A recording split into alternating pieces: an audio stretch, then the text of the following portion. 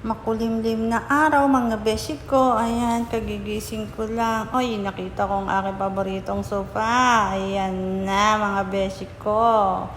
Hindi makukumpleto ang aking araw pag hindi ko to nahigaan. Napaka-comfy na sofa. Ay, ang sarap humiga dito. Nakakatamad. Nakakawala ng isip pag humiga ka dito.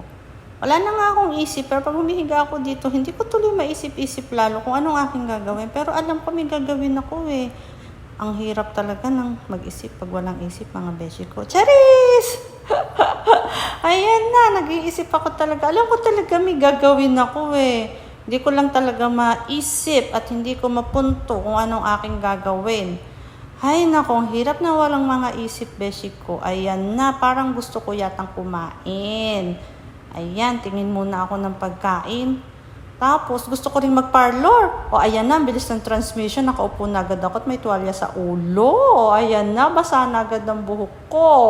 Gusto ko munang magmaganda at nang mahangi-hangina naman ang aking ulo. At mapresko-preskohan naman ang aking isip. At nang gumana-gana ang aking isip. O, ayan na, pahangin ng konti at nang mahangina ng aking ulo. Ay, sadya naman nga palang may hangin ng ulo ko, mga beshi ko. Ayan na, nagfe-feeling maganda na feeling laang, mga beshi ko.